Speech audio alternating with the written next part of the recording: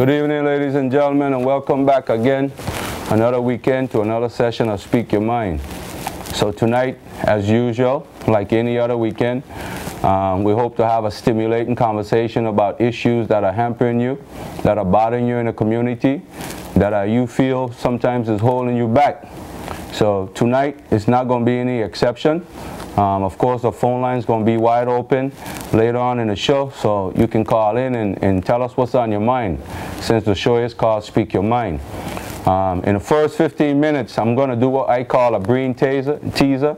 I'm going to try to stimulate conversation and stimulate your mind. Sometimes, you know, it's some of the best ways to get you guys to start talking and communicating and, you know, open to each other. In the first segment, of course, of the show, we're going to have a guest speaker, a guest on the show. He's going to tell us a little bit about what he's doing in the community to put some focus on the youths. So we have a show tonight dedicated to adults and one dedicated to you know, the young people, the younger people in the community, you know, less than 18 and above, hopefully above 14, young adults, young teenagers and so forth. So I want to give you guys a chance to go ahead and, you know, call who you need to call and let them know that Speak Your Mind show is on. We're very happy to know that. Right now, Speak Your Mind show on Saturday evening between 7:30 and 9:30 is probably the most entertaining, stimulating show that's on TV. So please call your friends, let them know. My first 15 minutes is going to be hot. It's going to be a bit controversial. Some people may say it's a bit steamy. I don't think so. I think it's going to be right where we need to be.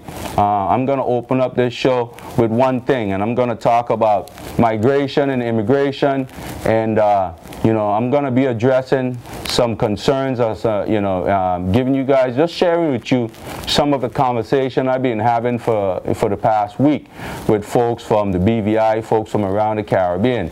And this is really dedicated to, the focus is really about, you know, comments that are being made about the BVI and the growth of the BVI, the success of the BVI, migration, folks who migrate to the BVI, contributing to the economy, contributing to the social system in the BVI. Are you a nation builder, or are you just somebody that's just here for the grabs? Grab what you can grab when you can grab it, and when times get hard, you up and leave. So that's really the gist of the first 15 minutes of this show. So I'm hoping everybody's now turned the TV on, and I'm going to jump right into it. Something that's really been on the forefront this week. The Minister of Labor, Dr. Kedrick Pickering, made a statement. And it's not the first time he's made a statement similar to what he said the other day at the opening of the basketball court in East End, Greenland Field, to be correct. You know, what the minister said, let me say right off the bat before somebody start calling around and say, I'm calling down the minister of the government. What the minister said, and his point was well received, and a lot of us support what he said. I support what he's saying. He said something to the effect that, you know, BVI Islanders should realize and embrace folks from other places and recognize that without folks from other places, the BVI is not going to be successful. And he is right. He is right 300%. You know, a few shows ago, myself and another caller had a little exchange. I think it was two callers, one called in and one backed up the other one and said, you know, without us, the BVI is not going to be successful. And you know what? You're absolutely right. But I also said that not only do we need folks from outside, you also have to recognize, because of the success of the British Virgin Islands, this little country right here, because of our success and the lack of indigenous population, the fact that we don't have a whole lot of people in the territory to fulfill all the different areas that we need folks to fill in, we have to allow folks to come in. And by right, we should embrace those people. We should open our arms and welcome folks to come in. But the people who come in have a role to play. And this is the gist of my story, my point, my focus, this brain teaser. You have a role to play. And your role to play, it should be nation building. It should be nation destroying. It should be pulling down the country and continue to walk around with a chip on your shoulder and say, without you, the country won't be successful. Well, what I wanted to bring to a lot of my Caribbean brothers and sisters is going to be a bit of a dose of reality. And this is where I think the controversial part is. You can disagree with me all you want, but this is what I see happening. I've been back in the British Virgin Islands now 12 years. I've been home 12 years, and I've seen a lot of things happening and evolving. A lot of things that are happening in the BVI are no different from what's happening around the world. Just think about it. They're not any different what's happening in the United States when it relates to the labor issue, foreigners taking American jobs, and you know, you hear people say that Americans don't want to work. They don't want this job. They don't want that job. You hear Obama preaching right now about education and training and restructuring the educational system.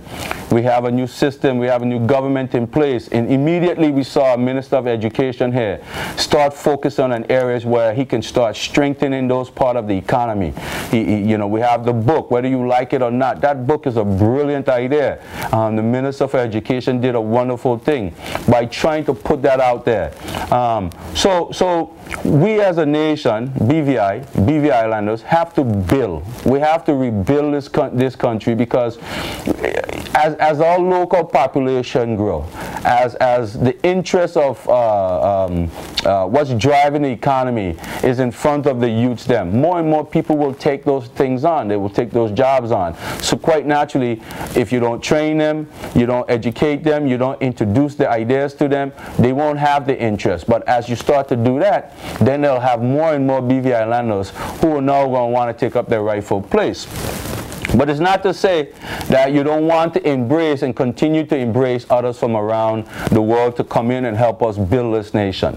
I think the difference is, my friends, is that as Caribbean nationals, Caribbean people, I'm talking to you directly. Listen carefully. There's a shift in employment in the BVI. There's a behavior right now that is going on, and you can help yourself by helping the country, and we all will become successful from it. Now here's the problem. Many of you are complaining that, you know, are you saying that, you know, without you, the BVI can't progress. False. Get rid of that no. Stop it. The BVI will progress whether you're from the Caribbean or employers will continue to import labor from Asia. Think about it. Whether or not employers continue to import labor from South Africa. Think about it. Whether or not employers continue to hire English folks from England. Think about it. Understand what I'm trying to say? Many of you are feeling pressure right now. Not from business owners who are BVI Islanders, but business owners who are not BVI Islanders. BVI Islanders probably make up about 40% of the ownership of businesses now in the BVI. So, as a Caribbean national, working for an employer, employers now are deciding to choose between you and a local and bringing somebody else in. The odds are against you. Your attitude, your personality, your behavior is what's going to dictate whether or not that person wants to keep you, get rid of you, and hire somebody else. So just look, let's take a look at what's happening in the BVI. Let's just look at the people who are important now to help in labor. We have a lot of Filipinos in the country. Filipinos are everywhere, and a lot of us are starting to complain. Well, I can hire a Filipino, and he can do the work of a BVI Islander. He can do the work of an expat. He can do the work of a Caribbean national. We have a lot of Caribbean nationals who are now starting to say, well, why are there so many Filipinos here? Well, the Filipinos are now becoming the new Caribbean national. They're now becoming you. The same people that you believe that we couldn't replace, employers are starting to replace you. You can change that. You can change that with your attitude. You become nation builders. You assimilate. Many of you now are coming in and just basically think, oh, I don't have to do this. I don't have to assimilate. I don't have to, you know, take that on. I have to think that way. I don't have to live that way. False. you're creating a situation for yourself. The same struggle that we used to face, you're now facing it. Well, here's what. When you look at what CARICOM and OECS have been striving to do over the years, they're trying to build this free movement of people to help alleviate and build a stronger Caribbean. That's fine. That sounds all good. But if I'm an employer and I have to choose, let's just say I'm a body shop owner, and I have to choose between sourcing my help from the Caribbean, and I've been doing that for 20 years, and I realize now that Caribbean people, because they look just like locals, they behave just like locals, they're starting to talk like locals, they're starting to, you know, do the same thing locals are doing, and I have to choose between that person or somebody from the Caribbean versus somebody from, you know, Philippines, or somebody, or boat captain from South Africa. No matter what the problem is, no matter what the struggle is, I'm going to go with those people. The ones from Asia, the ones from South Africa, the ones from England, because guess what? I don't have to deal with you. I don't have to deal with you anymore. And my friends, whether you want to agree with this, I know a lot of you are sitting there going, you know what? He is right. It's true. There's a lot of people now, a lot of Caribbean brothers. You see, the employer can't really replace the BVI Islander. So he has to deal with the BVI Islander because he's BVI. But you know, well, not from the BVI. Remember, you have work permit. You have permission, immigration permission. If an employer says, according to the law, if an employer says he don't need you anymore, he can choose between whoever he wants to choose. He's going to choose the worker that he feels he can get more productivity out of. So a lot of you have to stop this thing about BVI can't progress without you. It can and it will. The country growing. Now, you know, and when I say what I'm saying tonight, I am not talking to the people who've been here 40 and 30 years. So please understand, if you look at Caribbean nationals who've been in the BVI 30, 40 years, they don't operate and behave the same way that newcomers are. They're not saying the same things. They're not behaving the same way. They're not carrying the same mentality and approach to the BVI. They believe that they've already established themselves. They have committed to the BVI. Many men for example, you know, that's been here 30, 40 years. Most of them married BVI landers. They married women from here. Their kids are born here. And they believe that this is where they're from. They do whatever it takes to help build the country. That's not who I'm speaking to. I'm speaking to all you newcomers. All you who've been here 5 years and 10 years. Who really, really and truly walk around this country thinking that you're unreplaceable, that you cannot be replaced. My friend, you're fooling yourself. You're fooling yourself. Let me tell you why you're fooling yourself. We have Asian workers in construction, mechanic, mason, restaurants, supermarket, ferries, the engineers, the boat captains. We got construction workers up in Virgin Gorda now that are Filipinos.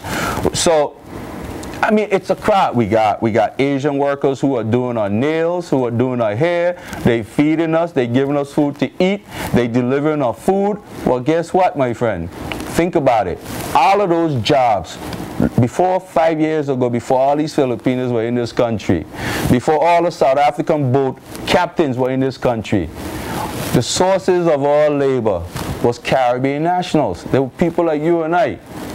You were the people we went to Guyana and Trinidad and Jamaica and everywhere else to find help. Well, guess what? You are being replaced now by folks from those places. Why? Because of your attitude, because of the behavior and the mentality, because of the approach. So when the minister say, and he's telling BVI Islanders that we should recognize that majority, 70% or something like that, he said, of the people living in the BVI, existing in the BVI, are people not from the BVI.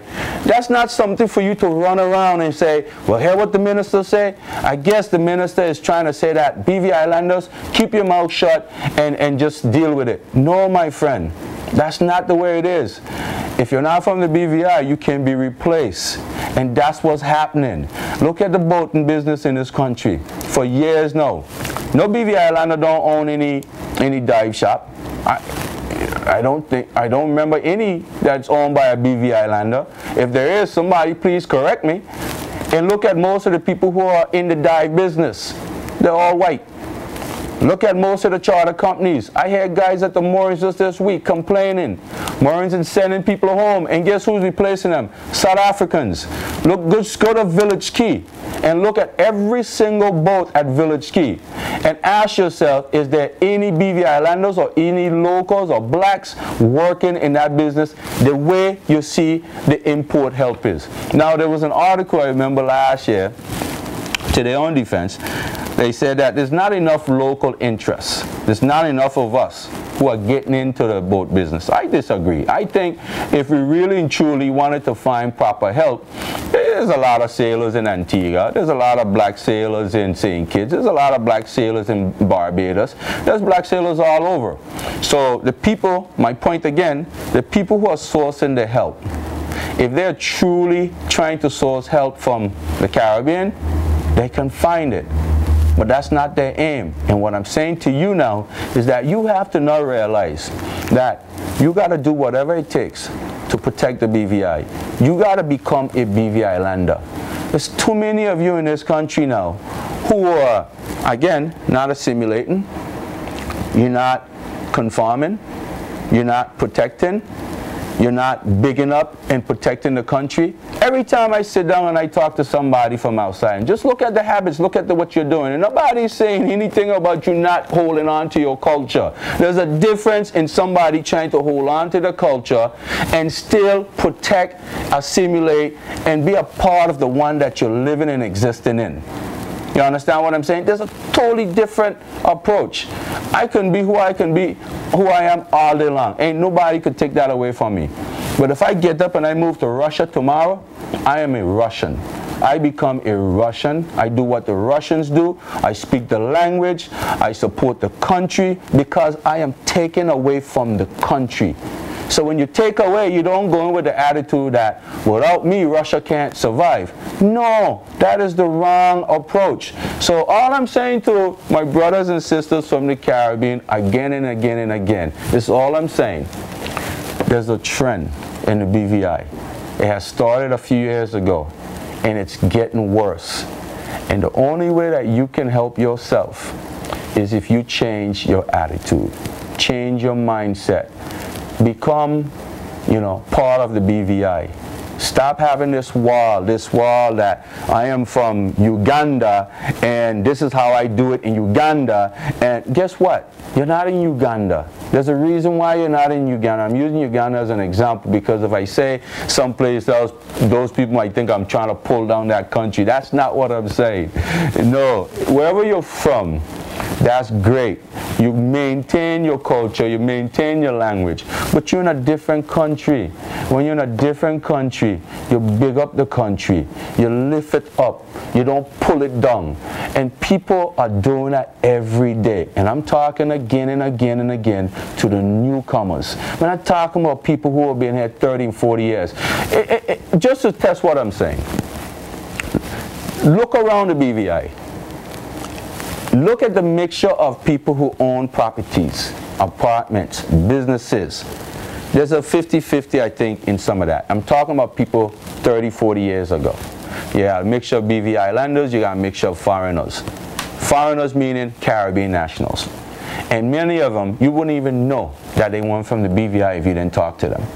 They don't fly any flag in the face of BVI nationals.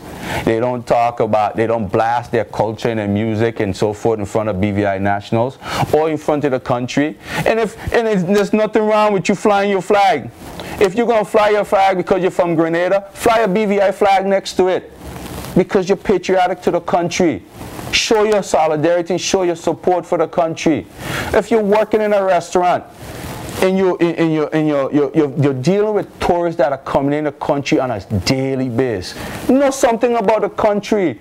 You've been here 10 years and you don't even speak English. Who am I speaking about? I gotta find ways to translate to you? No. That's not how you build a nation. That's not how you assimilate. That's not how you become part of the country. So ladies and gentlemen, I'm talking about my Caribbean. I'm talking to my Caribbean people. My father is from Antigua. My father came to this country a long time ago. He died in this country. So ain't nobody could tell me that I'm bashing island people.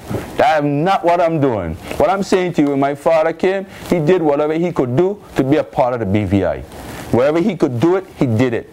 He never once uttered bad things about the BVI. He didn't find ways to try to pull it down. He didn't find ways to compete against BVI Islanders. Embrace the change.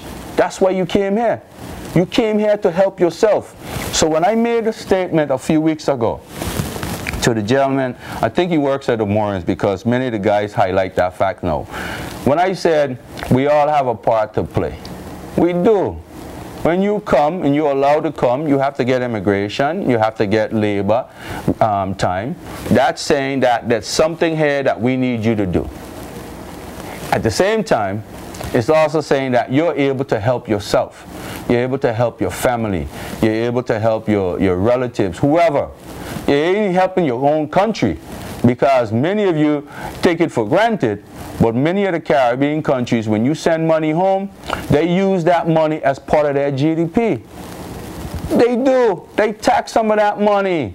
And they are so happy. Many of these Caribbean countries are glad to get rid of a lot of their nationals, because by you going out and sending money home, it helps boost the economy. So we know this. We know this, but that's not the issue. The issue ain't the fact that you're trying to help yourself. Help yourself. That's what you're supposed to do. But while you're helping yourself, you don't kill the goose that laid a golden egg. You don't kill it. You big it up, you feed it, you water it, you take care of it. You make sure that it could continue to lay more eggs. More and more and more eggs. The more eggs it lay, the better it is for you.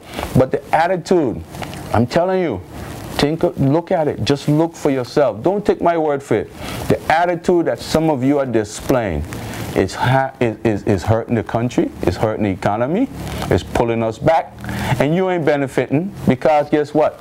If I'm an employer and I own a supermarket or a restaurant or something like that, and I have to deal with you, deal with my customers, and I realize that I'm losing business because of your attitude or because of your lack of knowledge, I ain't gonna keep that business open. I'm gonna close it, get rid of everybody, and then rehire, and then I'm gonna go elsewhere to find help that I know ain't gonna talk back, that ain't gonna become complacent. And that's what the problem right now. A lot of us from the Caribbean, BVI Islanders, now listen, I'm not trying to give BVI Islanders no passing on. This is not about BVI Islanders tonight. I got another segment for that. But this is about our Caribbean brothers and sisters. We have always sourced our help from the Caribbean for many, many, many years. There's reasons behind that. We want to help one another. We want to trade with one another. We want to spend our money within the Caribbean with each other. We want to do all of that. Countries like the BVI has been successful in whatever reason, for whatever reason, over the years. We were able to help others by allowing folks to come in and help us. Because we didn't have enough. We don't have enough. We still will never have enough. Because if the country progresses, and it's progressing really, really fast, we'll never have enough help. So therefore, we're always going to be sourcing help. We're always going to be looking, employers always going to be looking outside to bring people in for help. But they don't always have to look at the Caribbean. That's my point. They do not always have to look at Jamaica, Trinidad, St. Vincent, St. Lucia, Dominica, Guyana. They don't have to do that anymore. And they are not doing it. They are looking at the Philippines. They're looking at South Africa. They're looking at England. They're looking at other places for help. So therefore, if they're not hiring from the Caribbean, which they should be, that means Caribbean countries going to be hurting even more and more if there's no more work permit to issue, if you're not getting time to come in and look for help and look for work. So you got to start thinking about how you can help build a nation. Nation builders is what we should strive for in this country. If you're not a nation builder, all I say to you, leave. Leave the country alone. If it's so bad, leave it alone. And I only brought this up, ladies and gentlemen, because, again, just this week, I've been at the Moorings at a workshop. And that whole week I was there, talking to guys back and forth, listening to people about, this and that.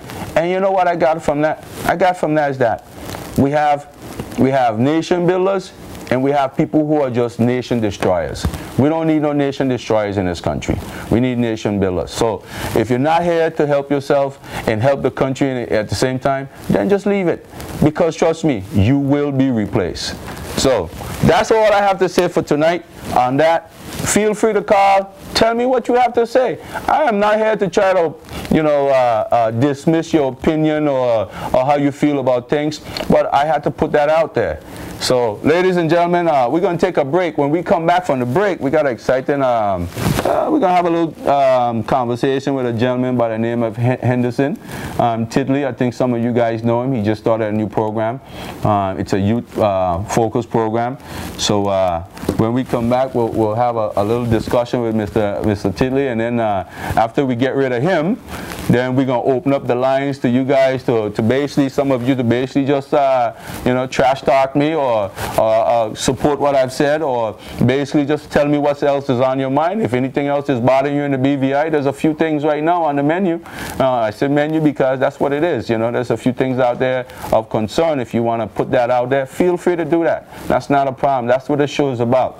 We're here to interview, entertain, your ideas, your views, and we want to share that information with the policymakers. We know they're listening. So we're going to take a break and we'll be right back.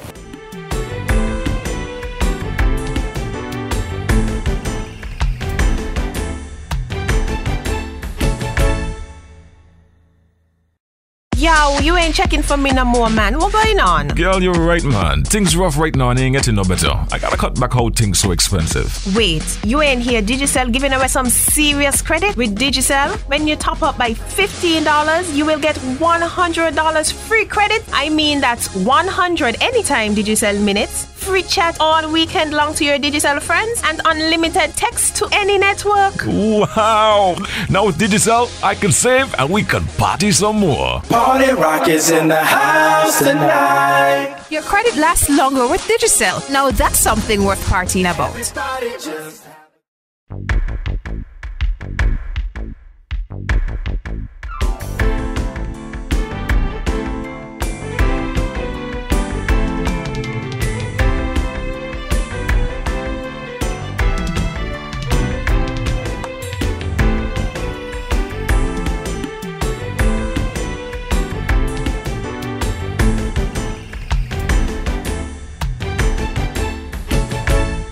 Welcome back, guys. I hope you enjoy my 15-minute rant, as some people would call it. But again, the whole focus is to highlight what's happening in the BVI. There's definitely a trend in the BVI now where a lot of labor is now being sourced from other places, and not just the Caribbean anymore. So the comfort zone that a lot of our Caribbean brothers were experiencing years ago, you can't sit around anymore and think that it's that way.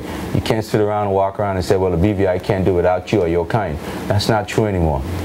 Just look at the explosion of the Filipinos.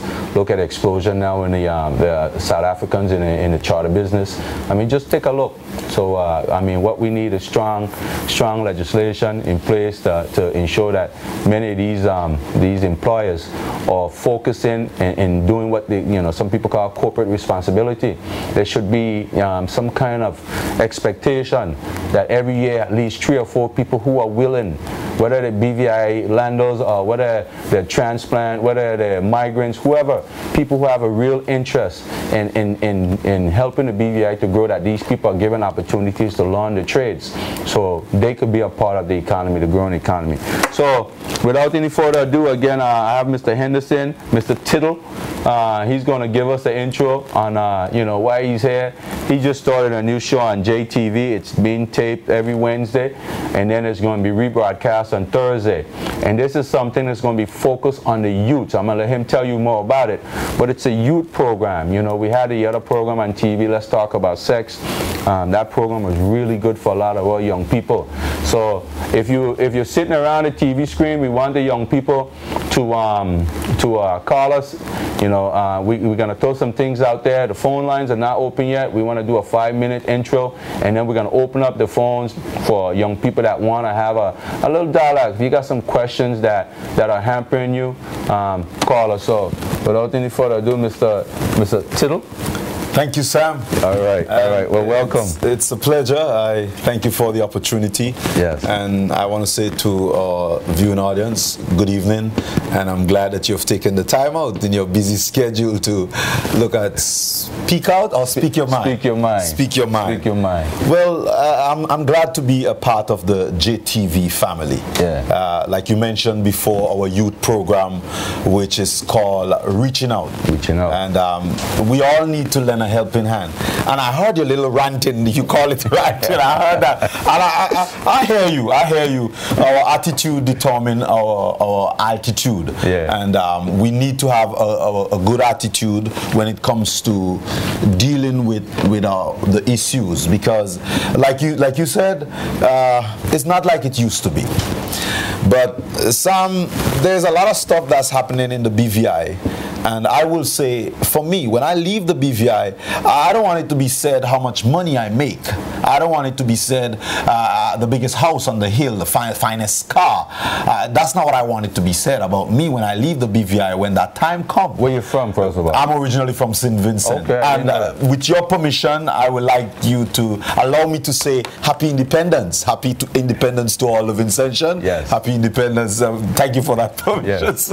So there have been a trend, and we got to save our youths. Got to save our youths. The program that we will be doing on JTV, which is called Reaching Out, is basically for the youth. It's youth oriented. We realize that a lot of the young folks, they have a lot to say, but the forum sometimes, the environment sometimes is not right. And what we're doing in this program, Reaching Out, is creating an environment for the youth so that they can express themselves. And that's what we want. We want to hear what they have to say, because if we don't know what they're saying, then we can't help them. Right? And most of the young folks, they think we are hypocrites. A lot of them think we're hypocrites. We as in adults? We as adults. They think that we as adults, we're hypocrites. Sometimes they think that we behave like if we have never made any mistake. We carry ourselves wrong, like if we're so perfect, we're ready to nail them to the cross. If they slip, and I'm not talking about those who are making an effort. You know, there are some who are not even doing anything at all, but I'm talking about those who are making an effort, and still they're saying, look, they're like hypocrites, because they're saying to us, okay, don't do this, don't do that, and then you turn around and you see them doing even worse. But how do we combat a lot of the youths? We got a lot of young people that, they're good kids. There's nothing wrong with the kids, but they have some challenges. How do you reach out to kids where parents are having a hard time? Some of these parents are single parents. They have 2 or 3 kids. They have to work. It's a struggle. How do you reach out to a lot of these kids? I'm glad you asked that question, because that's the program that we have embarked on, is Saving the Seed. We're about to save the seed, because we realize that a lot of our youths they're going astray. It's a call to action, and the way forward, we believe, is teaching values. The emphasis on values, the stuff that brought us where we are today.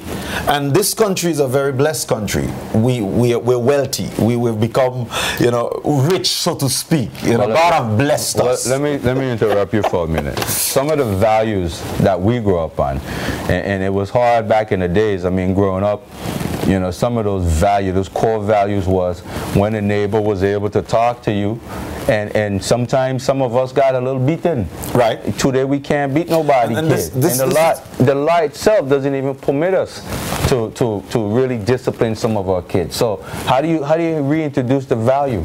Because you see, the village used to raise the child back then, and that's how it's supposed to be. The problem is that we have lost some values, and one of our contractor here, which is Brother Jamesy, he will tell you, if you're going to rebuild, first of all, there are some things that you must move out of the way.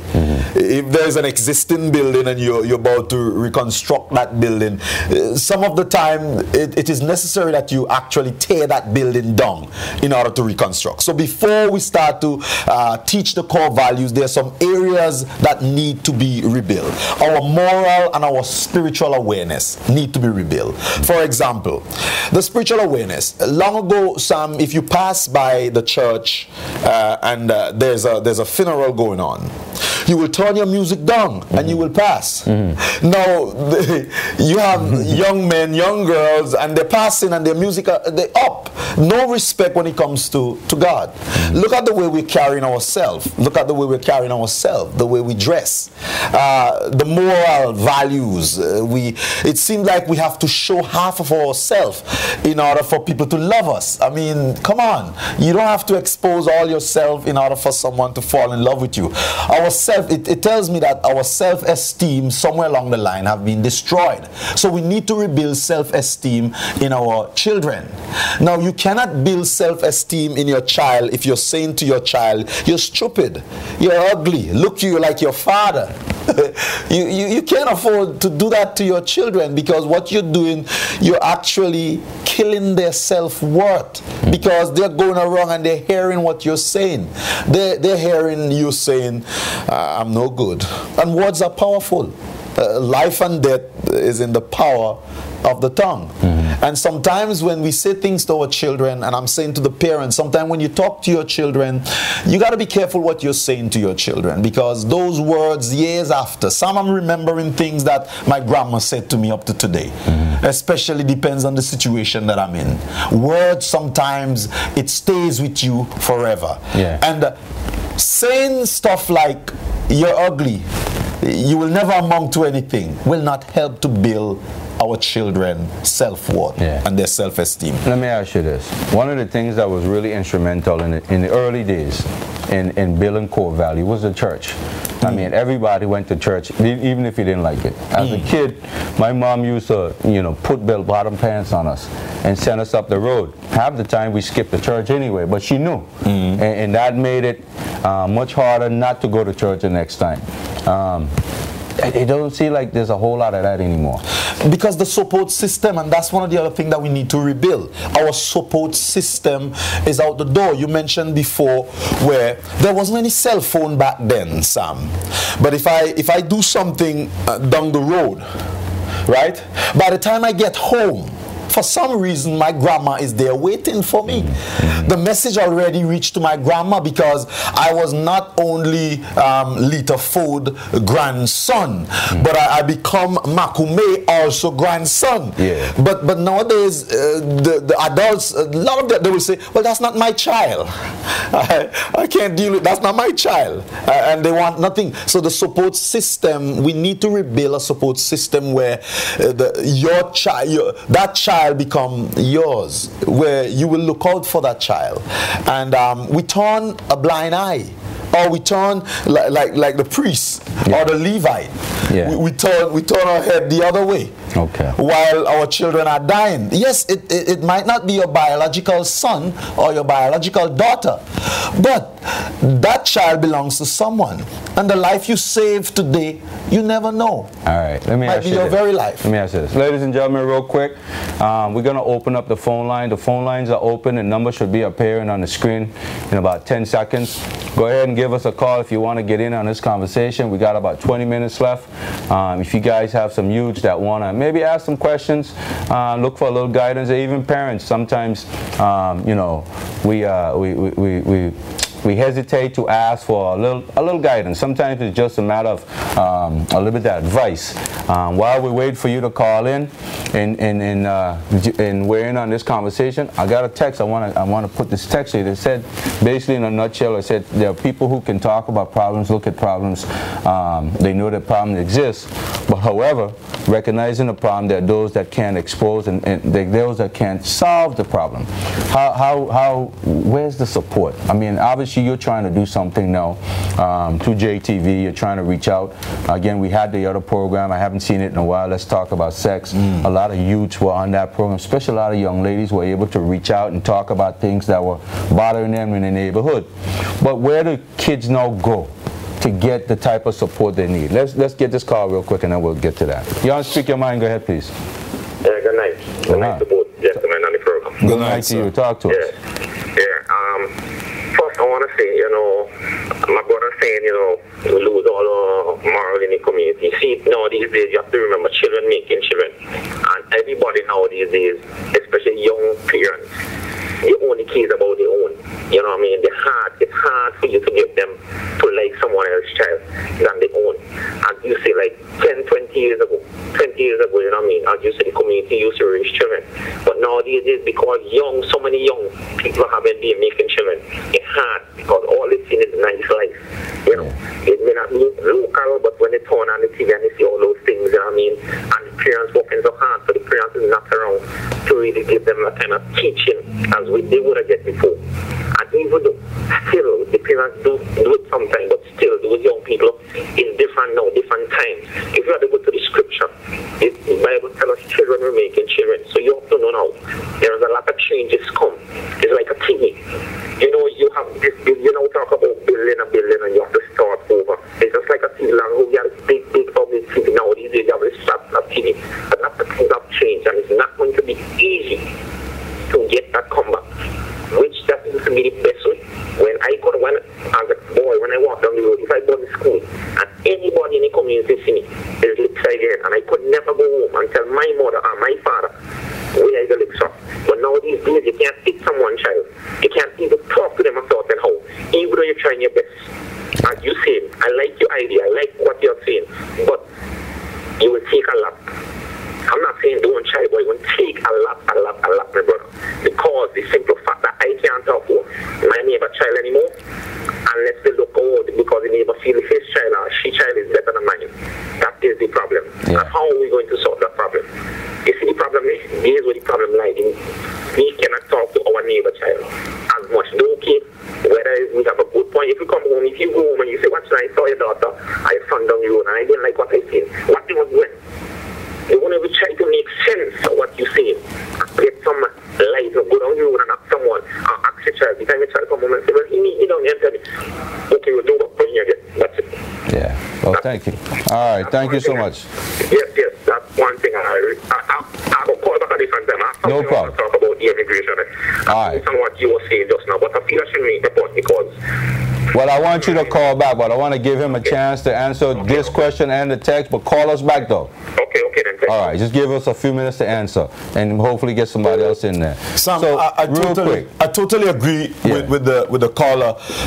The way things are today, where you have grandmothers are 35. We have grandmothers at 35. Yeah. But the social development here in the British Virgin Islands offer a training session for young parents. They can take advantage of this. This is an opportunity where we can begin. Hold that train of thought. You want to speak your mind? Go ahead, please.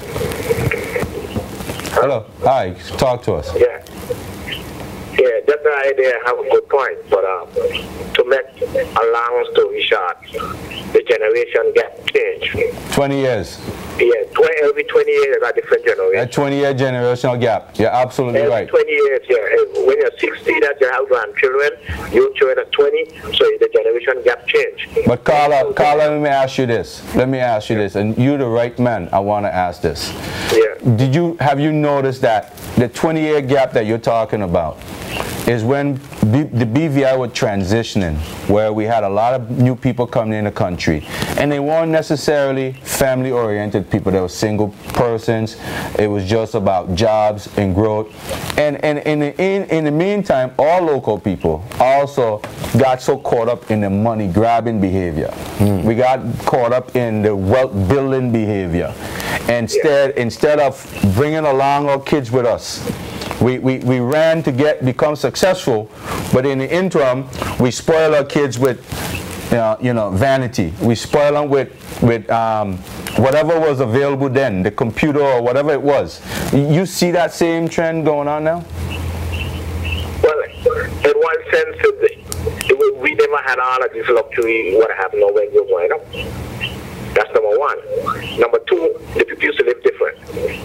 You could have gone to your neighbor house, and one thing when we're going up there, people always had a biscuit pan full of bread. If they had coconut bread, cornmeal bread, cassava bread. And I know a little boy, Joseph, he could have go in a tiny place, he could have go in one neighbor place and get a piece of bread without no problem. The old people used to build a house different to how they build it now. The kitchen was outside and the toilet always away from the house. I don't know why they used to build a house away, but that's the way they build it. In Sam, you're supposed to know that. That's young as you want to know, but if your mother had 10 children in her house, your next door neighbor know all 10 of your mother children, because they used to be in one another house. They used to live totally different. I seen when them guys kill a goat, they will get this cement bag and they will give every neighbor a piece of meat. The same thing with they're coming with fish. They will get a fish for this one for your mother and that one for the next one. They are everybody. People don't live like that no more. Yeah. But it's not impossible. It's not impossible, and this is what I'm saying. We can rebuild. We can rebuild. Those of us who know how to do it. Those of us who know how to do it. We might not be able to save all, but at least one life. If we can change one life, that one life can go on and change another life. Yeah. But we have to make an effort. That's why I'm calling on parents. I'm calling on parents to take their responsibility. The younger ones, I'm appealing to them to attend these sessions so that you can learn and know how to become a better parent. And I'm saying to the older ones who have these experience, pass them on. It is not the job of the government. It's not the job of the school. I think it begins at home. It begins with the parents. And it doesn't matter how old you are, there's a part that you have to play. And you have to play your part. Talk to me, Carla. 30 more seconds. Yeah. You're still on. So what really happening is now you see somebody child down the road doing something. You can't take a little bit and look home to your mother. Yeah. A long time you used to do that. Yeah. I grew up in Jerusalem. We had all the old people. You had Evelina Scatliff, Ma Tadman, Me Fleming, Gina McKelly, and Nessie. And that one side. And you couldn't let none of them old people tell your parents stuff about you. Because what licks you gonna get, you can't walk. Absolutely. Understand? Absolutely. Because if they beat you, when you go and get licked again, your mother will say, if you wasn't doing something wrong, they would not lick you. That's right. That's how we go about it. But the generation gap change. You can't hit nobody child now. They're not coming to kill you. Yeah. So you got to leave them do what I want to do. Well, no, I don't agree with. I can't agree with that. I can't agree with you when you say we got to leave them to do what they want to do. At least I said at least one. And I'm not saying that you go around and beat people's children. That's not what I'm saying. I understand what you're saying. I'm saying that we as parents, it doesn't matter if you're from the generation 20 years back or now, I'm saying that we have a part to play, and bit by bit we can. For example, our children in the school, they're under a lot of pressure, and there's conflict in the school. And the question is, where are they seeing these conflict? At home, we are not afraid to fight in front of our children anymore. We're not afraid to say negative stuff about the teacher in front of our children anymore. One of the core values I'm speaking about is respect. Now, you cannot expect your child to respect the principal if you're home around your living room table or dining room table and you're talking bad about the principal. Or talking bad about each other. But you can't expect your child to go out there and respect the police. If you're home and every time you see the police picture show up on the TV, you have something negative to say about the police. I'm saying it begins at home, and we need to start. Even though it's one, we need to start. All right, Carla. Carla, I got another call on the line. If you feel like calling back, just call me back. Well, I appreciate the contribution. Yeah, absolutely. Before we went on break, again, we touched a little bit on it. One of the things I find, and to support what the caller is saying, about a year ago I realized when I remember the last Minister for Health had signed a new legislation, the protection of women and children. And if you look at the trend now, what's happening worldwide, not just the BVI, but worldwide. There were several cases in St. Croix and St. Thomas, cases in the United States, where cops were called for 5-year-old kids, 5 years old, because they were misbehaving. Because the school decided that they don't want the responsibility. Same thing here in the BVI. You had parents who were locked up just recently for disciplining the kids. They were a bit harsh, but at the same time they were trying to instill that type of morale and behavior and so forth in these kids. The challenge we're having right now, and how do parents approach and deal with unruly kids when they're faced with a criminal system, a justice system that say, don't touch them, don't talk too loud to them, but you got to do what you got to do to take care of them. And if you do that, I'm going to have to deal with you.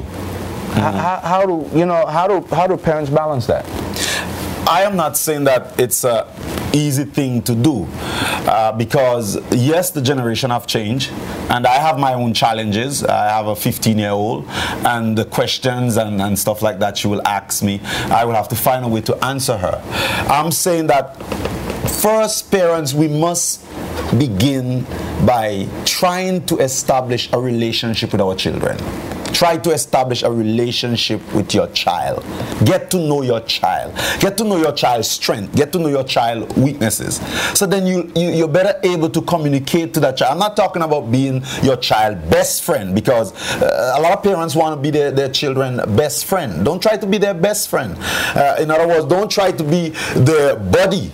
And don't be their bully. Try strike the balance where you have an open relationship where you can sit with your child, and after the child reaches a certain age, because they're saying that between the ages of, let's say, 2 to 7, those are the crucial years, and those are the years where you try to build and shape and mold your children.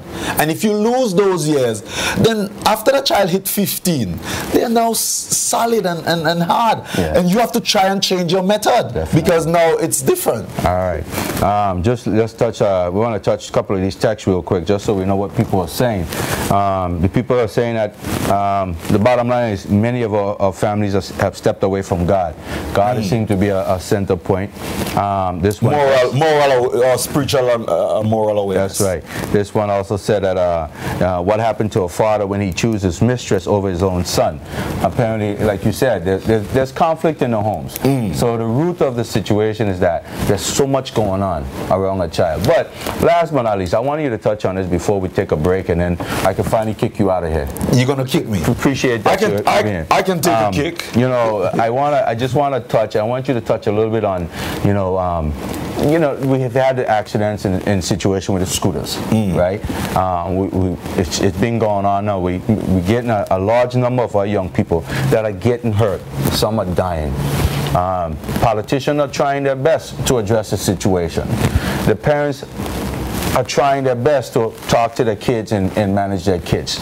I was coming on my way here, right there in Sophie Bay, another youth on the street, down in the street, a vehicle in the gut, to try to avoid hitting that young person. The young person is there waiting for the ambulance. I'm hoping that they're okay. How do you continue to try to foster a good relationship with your child or your kids or your children when some of them just don't want to be helped? And I like what you say, some of them, and that's what I'm talking about. I'm not talking about trying and save all and the whole world. I'm talking about making a difference in one life, even if it's just one life. And Sam, if the truth be told, as a teenager, you had your thing that you run after. For me, as a teenager growing up in St. Vincent, was to come to the Gap, wait for the banana truck, because we're going to Tongue. Tongue is an hour away. And as a 13-year-old, I'll jump on that truck, get on the side of that truck, and ride going to Tongue, have to duck from wires, duck from the police. But for me, that was my chill, right? Now, for the guys, the scooter, I'm not saying that what they're doing and how they're going about it is right? But this is, again, where you need to have a relationship, where you need to build a relationship with your child or your children. You need to get to know your children. I'm driving through Tongue last night. After 1. And I'm seeing my daughter's age, young girls, my daughter's age, 15. And I'm asking, where's mommy? Where's daddy? Right, after 1? Hold that thought. You want to speak your mind? Go ahead, please. Your last call. I appreciate everything you guys are saying about moral values, right? We appreciate you calling.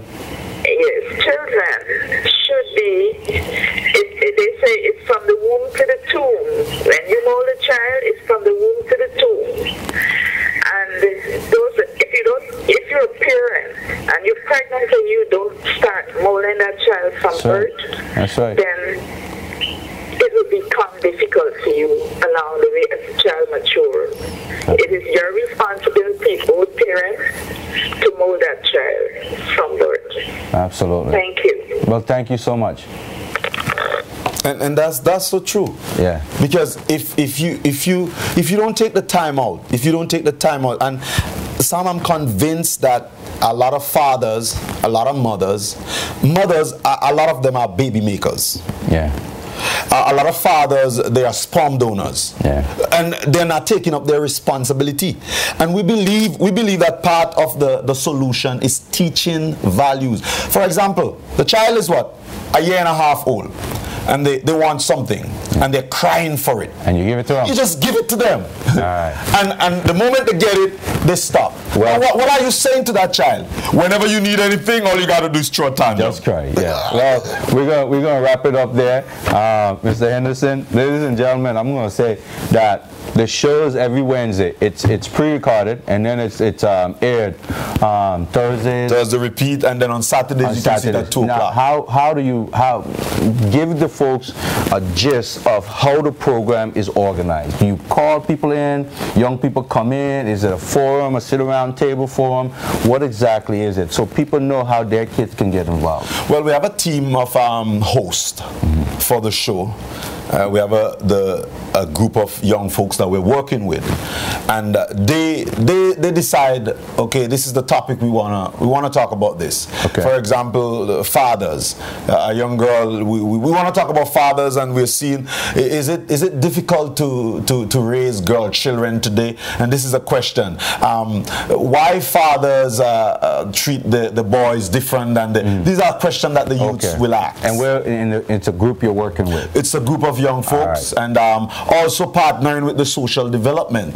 We have the Big Brother Big Sister program that is still on screen. And as the show progresses, you'll be able to give people more information as they start to view the show. It's going to be aired on JTV Wednesdays. What time? Wednesdays at 7:30. 7:30. Wednesdays at 7:30. It's taped at Wednesdays at 7:30. It will but then it's aired Thursday and Saturday. No, it will be aired Wednesdays at 7:30. Okay. All right. The taping, we do the taping anytime, sir. Okay. You're so anxious to kick me out of here. Yeah, well, yeah. You have no problem with that. What happened is this show, we have to allow our callers to call and express themselves. But I tell you this, Sam, and this is the problem. We've been dodging from this. Yeah. As parents, we need to take up our responsibility. Until we face that, until we come, there's nothing more important than discussing how our children see us. Absolutely. And how are we deal, because we're losing a nation by losing our children, Sam, and we can't afford to allow that. We can't afford to lose our children, because if we lose our children, we're losing our future. I can't see what is more important than that. We need to rebuild and rebuild from the core. You can't build a nation without kids. Okay. So, ladies and gentlemen, we're going to take a break. When we come back, my co-host, Mr. DeCastro, will be here with me. The phone lines are open. Feel free to call if you want to continue this conversation about, youths in the community and moral values. Feel free. In the beginning of the show, I put out just a brain teaser. I had a few texts, but one text in particular I want to share with you. We have folks that agree with what I'm saying. We have folks that are disagreeing with what I'm saying. But all in all, we'll be right back. We'll take a break and we'll be right back.